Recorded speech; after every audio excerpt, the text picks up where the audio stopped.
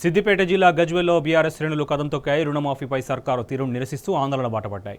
రైతు గర్జన పేరుతో పట్టణంలో భారీ ర్యాలీ నిర్వహించారు గులాబీ నేతలు. ప్రభుత్వ వ్యతిరేక విధానాలతో హోరెత్తించారు. సీఎం డౌన్ డౌన్ అంటూ స్లోగన్స్ చేస్తూ సర్కారు దమన నీతిని ఖండించారు.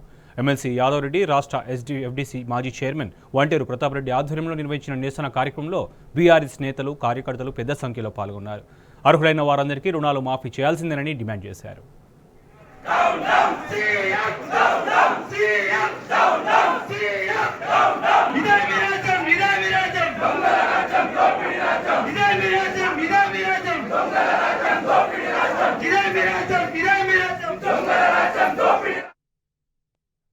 గౌరవ కేసీఆర్ గారి ఆదేశాల మేరకు రాష్ట్ర వ్యాప్తంగా రైతు సోదరులకు దాదాపుగా 27 లక్షల మంది రైతులకు రుణమాఫీ కాలేదు. అధికారంలో లేనప్పుడు రేవంత్ రెడ్డి గారు మాట్లాడిండు, డిసెంబర్ 9 రుణమాఫీ చేస్తామని మాట్లాడిండు.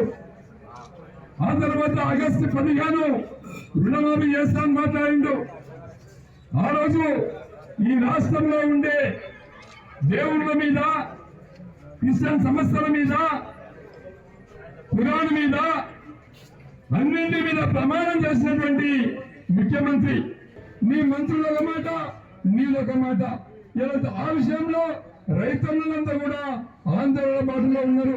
దయచేసి రైతులకు కూలీ రైతుకు 12,000 ఇస్తాన్నావు, కౌలు రైతుకు 12,000 ఇస్తాన్నావు, రైతు భరోసా 15,000 ఇస్తాన్నావు, రైతు పండించిన ధాన్యానికి 500 రూపాయలు బోనస్ ఇస్తాన్నావు, ప్రతి గింజ కొంటా అని చెప్పి మాట్లాడినావు, 2 లక్షల రుణమాఫీ చేస్తాన్నావు. 54% రైతులు రుణమాఫీ కాక ఆందోళనలో ఉన్నారు.